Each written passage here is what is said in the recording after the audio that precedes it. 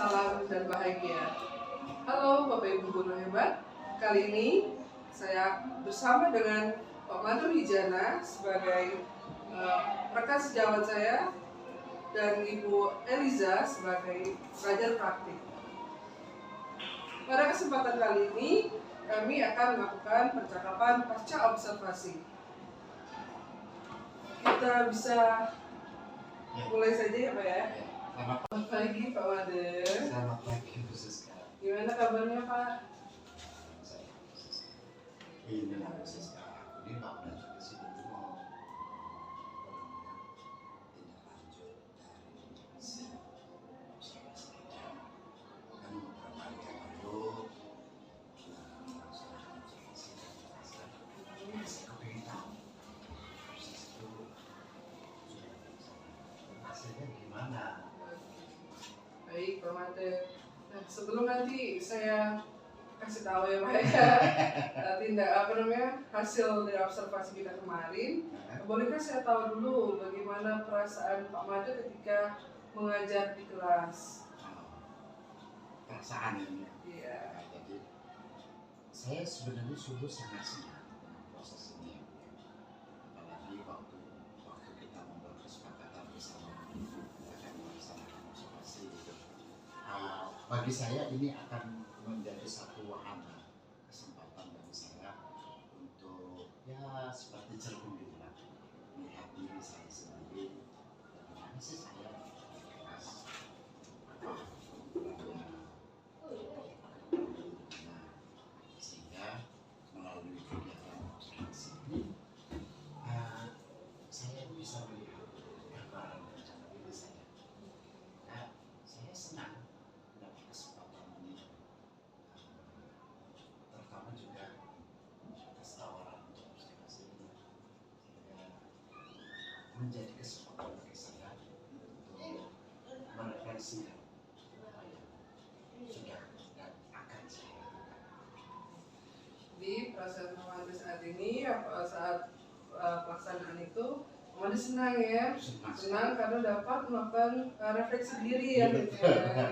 Untuk mengetahui dan juga untuk pengembangan diri Pak Made ya. Betul. Nah, kemudian Pak Made, kira-kira tujuan diadakannya pasca observasi ini apa? Ya, tentu kita, khususnya saya sebagai guru, kepingin mendapatkan masukan juga secara jujur dapat melihat nilai-nilai positif yang sudah kita lakukan dalam proses pembelajaran itu, dan juga hal-hal yang perlu kita tingkatkan. Kata pepatah tak ada sesuatu yang sempurna di dunia ini. Kita butuh kerelaan, kerendahan hati untuk berani merefleksi terhadap apa yang sudah kita lakukan. Nah, inilah momen ini yang saya mau pakai. Jadi kesempatan ini adalah kesempatan untuk dengan jujur terbuka melihat bagaimana proses itu. Pak Made ingin mengetahui dari prosesnya, terus mengetahui juga hasil dari observasi yang kemarin ya Pak Made ya. Nah baik, Pak Made, kemarin kan kita sudah melakukan kegiatan observasi kelas Pak Made ya. Nah, saya sudah melihat proses pembelajaran Pak Made di kelas itu sudah cukup baik Pak Made, cukup baik. Beberapa hal itu sudah tersampaikan sesuai dengan tujuan pembelajaran yang Pak Made sampaikan. Nah kemarin Pak Made tujuan pembelajarannya apa Pak Made? Ya, saya kepingin mencapai bahwa anak-anak mampu menerapkan, mewujudkan nilai-nilai hidup keberagamaan di dalam hidupnya dan menyatakannya sebagai ungkapan keberagaman terhadap Allah. Nah, kan tadi Pak Made bilang tujuan pembelajaran ingin anak-anak mencapai keterampilan atau kepercayaan beragama Pak Made ya. Nah kira-kira menurut Pak Made apakah tujuan itu sudah tersampaikan pada saat itu? Saya sudah berusaha untuk menyampaikannya, tetapi kan proses itu juga yang membuat tanggapan siswa terhadap terhadap bahan yang kita lempar itu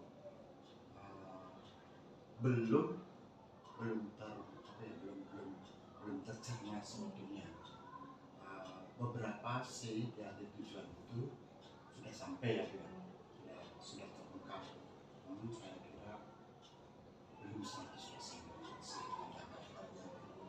ditingkatkan mungkin. Nah, jadi tujuan tadi menurut Pak Made belum tersampaikan sepenuhnya Pak ya. Jadi masih ada istilah itu setengah-setengah ya Pak ya, setengah siswa yang sudah paham betul, ada yang setengah lagi mungkin setengah mengerti, setengah juga belum, ada yang sama sekali belum Pak ya. Nah, apa sih tindak lanjut atau yang akan Pak Made lakukan itu? Hal apa yang bisa solusi lah itu? Ya, pertama tentu saya harus mengetahui dulu petanya ya, petanya. Istilah katanya itu yang paham, yang belum, yang setengah, supaya kayak obatnya pas, nggak salah obat gitu. Akarannya. Maka saya butuh dulu gambaran pemahaman itu. Setelah itu tentu kita harus saya sebagai guru mencoba mengungkapkan, kemudian mendapatkan masukan dari murid, lalu terakhir mendapatkan tanggapan. Nah dari situ kita akan tahu bahwa tujuan pendidikan, tujuan pembelajaran apakah sudah seperti itu. Lalu tentu harus ada tindak lanjut, bahwa kan proses pembelajaran itu tidak hanya itu.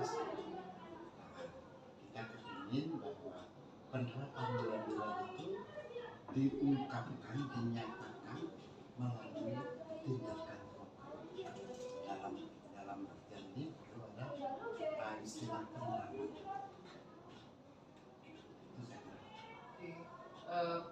Berarti ada tindakan tadi ada tujuan lain yang ingin Pak Made ingin Pak Made capai gitu ya.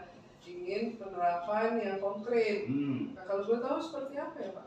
Ya, rencananya begini Bu, bahwa nilai-nilai kehidupan beragama itu mereka praktekkan mulai dari kehidupan mereka sebagai keluarga. Apakah nilai-nilai keagamaan yang mereka anut itu sudah bisa diungkapkan atau tidak? Lalu mereka perlu membuat laporan bahwa saya sudah menjalankan. Lalu mereka juga perlu pengukuhan bahwa mereka yang sudah mampu menerapkan nilai-nilai hidup keberagaman dalam konteks keluarga mereka perlu dikembangkan, sehingga itu menjadi kemudian kebanggaan, nilai penting dalam kehidupan keluarga, sehingga keluarga itu menjadi kuat, di mana kemudian terbiaslah bahwa keluarga menjadi pendidik utama dan patungan.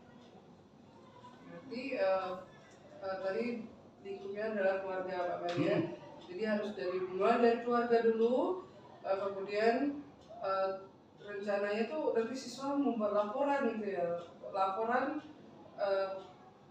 bagaimana lingkup keluarganya, keagamaan keluarganya. Nah, nanti itu akan dipresentasikan? Ya betul. Jadi pertama memang harus ada laporan, tetapi laporan itu bukan satu-satunya. karena mereka juga harus membuat tabel, grafik, merekam. Apakah kebiasaan itu semakin hari semakin biasa atau semakin hari semakin menghilang? Maka saya punya buku catatan yang disebut dengan grafik penerapan nilai-nilai agama. Misalnya, bagi teman-teman kita yang muslim, mereka sholat hari ini bisa, besoknya bisa. Ternyata sholatnya tidak hanya pribadi, di rumah juga, secara keluarga. Mereka yang Buddha juga begitu, mereka yang Katolik juga begitu, yang Kristen begitu. Sehingga pada akhirnya terbentuklah kebiasaan penerapan nilai-nilai kehidupan mereka, dimulai dari keluarga. Itu sudah bagus sekali Pak Wade ya, rencananya rencana pembelajarannya. Nah, kemudian Pak Wade, dari hal-hal tersebut itu artinya area pengembangan apa yang akan Bapak Made kembangkan di situ? Areanya kita sudah masuk ke ranah penerapan praktek. Tidak hanya lagi tahu, oh ajaran agama saya seperti ini loh, enggak, tidak cukup sampai di situ. Mereka harus sampai kepada ajaran agama saya menghendaki begini dan saya melakukannya. Itu. Jadi tidak hanya teori sebenarnya, tidak hanya teori, tapi anak itu sudah masuk ke ranah penerapan. Apa tadi dimulai dari keluarga, ya. Nah, kemudian adakah strategi khusus atau untuk anak-anak yang tadi tergolong di bawah tadi ya Pak ya, yang tujuan pembelajaran tidak tercapai? Adakah strategi yang Pak Made lakukan supaya tantangan tersebut dapat Pak Made atasi? Ya tentu Bu, kalau ada asap tentu ada api. Kalau tidak ada sesuatu yang tidak tercapai, pasti ada penyebab. Maka pertama-tama kita harus tahu, kita gali dulu. Bisa jadi mereka bukan tidak mau, tapi situasinya tidak memungkinkan. Maka mereka dibantu, didorong untuk keluar dari masalah. Menurut saya sih hal yang paling berat untuk mengatasinya adalah keengganan. Males, kata malas itu. Berani untuk meninggalkan kemalasan.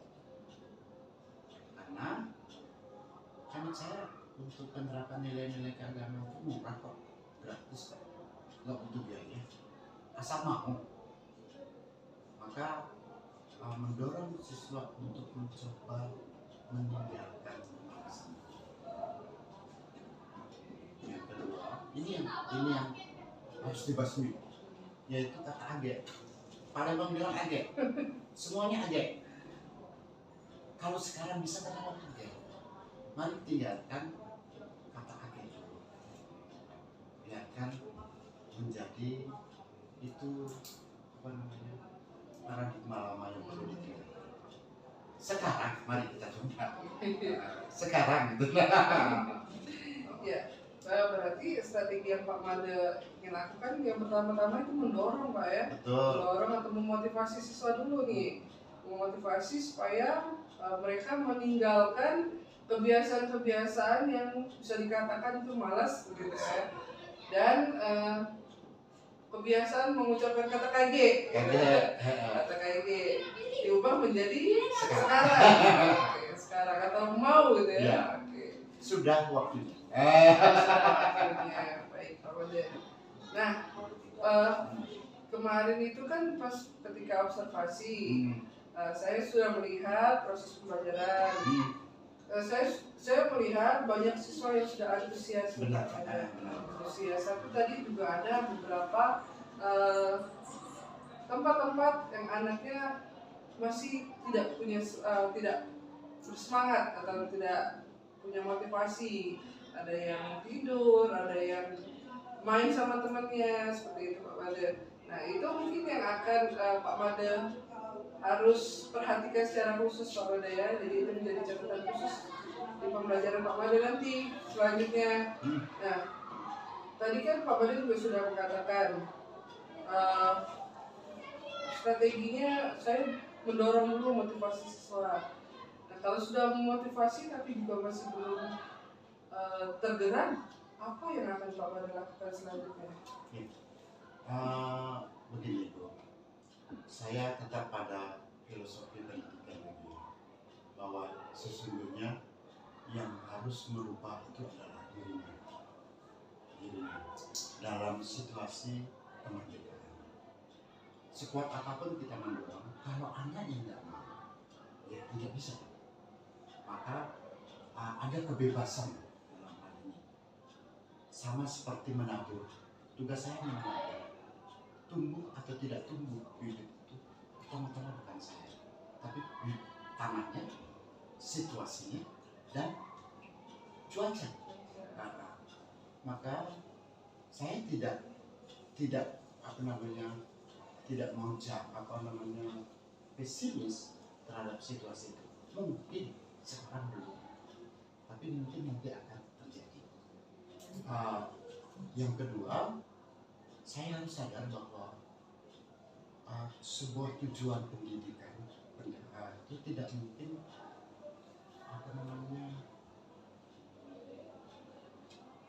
tanpa proses. Pasti butuh proses. Dan yang mau saya katakan, hasil itu tidak pernah berjalan tanpa proses. Kalau prosesnya baik, yakinlah hasilnya pasti baik. Kalau sekarang tidak, mungkin nanti. Ya, betul sekali Pak Made. Saya setuju sekali dengan yang Pak Made sampaikan ya, bahwa setiap pembelajaran itu butuh proses. Kalau anaknya belum bisa sekarang, pasti kemudian hari pasti ada kemajuannya. Tidak mungkin seperti itu saja setiap prosesnya Pak Made ya. Jadi adanya kebebasan anak untuk memilih dia mau berkembang atau tidak Pak Made. Jadi kita tidak bisa juga memaksa. Dia harus mengikuti kemauan kita Pak Made. Ya, ini ya Bu, kita kan sadar bahwa setiap siswa itu tentu tahapan perkembangannya itu tidak sama. Usia boleh sama, 12-13 tahun. Gejalanya boleh sama, tetapi tahapan-tahapan itu tentu berbeda. Dalam hal itulah maka saya yakin bahwa kekuatan pembelajaran yang bermutu akan mampu mendorong siswa yang seharusnya belum masuk pada tahapan itu menjadi tertarik untuk mengikutinya. Maka tugas saya sebagai guru hanyalah menciptakan bagaimana proses pembelajaran itu semenarik mungkin, tetapi juga dalam suasana yang Pak Made, saya ingin tahu Pak Made, kira-kira apa sih Pak Made indikator dapat dikatakan bahwa siswa tersebut berhasil atau sudah mencapai tujuan pembelajaran? Ada 4 indikator. Yang pertama, dia bersyukur terhadap agama yang dia bersyukur.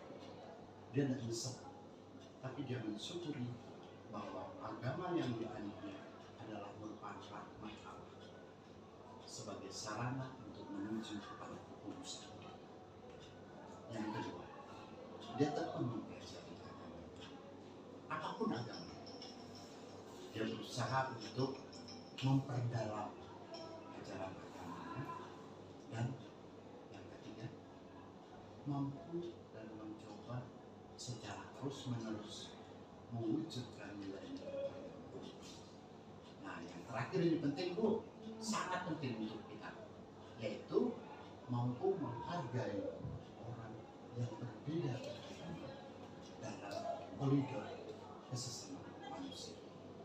Oke, agamanya beda, tetapi sesama manusianya sama. Dia diciptakan oleh Allah yang sama. Maka ada penghargaan terhadap martabat kemanusiaan. Itu kriterianya, cirinya bahwa tujuan pendidikan yang kita tetapkan dalam pembelajaran ini tercapai atau tidak. Berarti nanti indikator tercapaiannya itu ada 4 tadi Pak ya. Yang pertama dia bersyukur terhadap agama yang ia miliki atau yang ia anut Pak ya.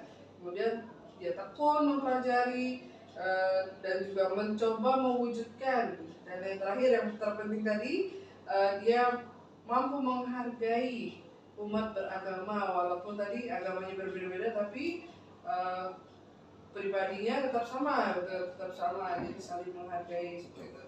Jadi dalam proses pembelajaran jika anak itu sudah mencapai 4 indikator ini berarti dia dapat dikatakan mencapai tujuan pembelajaran baik. Tidak perlu 4. Oh, tidak 4. Iya, 2 saja sudah. Berarti syukur-syukur ya sampai ke 4. Syukur-syukur sampai ke 4. Seperti yang tadi saya katakan bahwa tahap perkembangan anak kita kan beda-beda. Nah, setidak-tidaknya ketika dia sudah menunjukkan satu kriteria, sudah menjadi sudah mencapai ketuntasan minimal dari pembelajaran kita. Maka syukur lagi kalau sampai kepada utuh. Nah, kalau sudah sampai utuh benar, maka itu menjadi kita menjadi sukses dalam sukses sebagai pembawa pembelajaran, tetapi terlebih sukses sebagai perantara mereka. Kira itu. Ya, baik Pak Baja. Saya mendengar tertegun sekali Pak ya. Jadi ada prosesnya, proses pelajaran beragama itu ya. Jadi anak-anak memang diarahkan untuk toleransi seperti itu intinya Pak ya. Walaupun dia beragamanya banyak, beragam, tapi tetap individunya harus saling menghargai satu sama lain gitu ya. Nah, kembali lagi Pak Made. Dari rencana-rencana yang Pak Made sudah sampaikan sebelumnya tadi, kemudian apa tindak lanjut yang akan Pak Made lakukan ke depannya untuk proses pembelajaran pendidikan agama dan pendidikan tinggi? Ya, tentu pertama saya harus mengawal tujuan pembelajaran yang kita tetapkan dengan 4 kriteria ketuntasan itu kan dapat dikawal, sehingga saya selalu berusaha mendorong mereka untuk tetap setia kepada tujuan itu. Lalu yang terakhir, kita belajar untuk secara konsisten menerapkan nilai-nilai hidup keagamaan itu, walaupun dalam perkembangan dunia kita global sekarang ada fenomena di mana orang cenderung egoistis. Nah, pada situasi seperti itulah keberimanan ke nilai-nilai keagamaan itu akan diuji keutuhannya. Saya kira itu yang menurut saya. Dari tadi itu hampir mengarah ke komitmen juga Pak Wende ya? Iya, betul. Jadi sama ya antara tindak lanjut dan juga komitmen. Jadi kalau bisa kita garis besarkan, tindak lanjutnya tadi melakukan ingin setia dulu Pak Wende ya, mereka setia terhadap apa yang menjadi pegangannya mereka gitu. Dan itu juga termasuk menjadi komitmen mereka konsisten terhadap apa yang menjadi prosesnya mereka seperti itu. Nah, lalu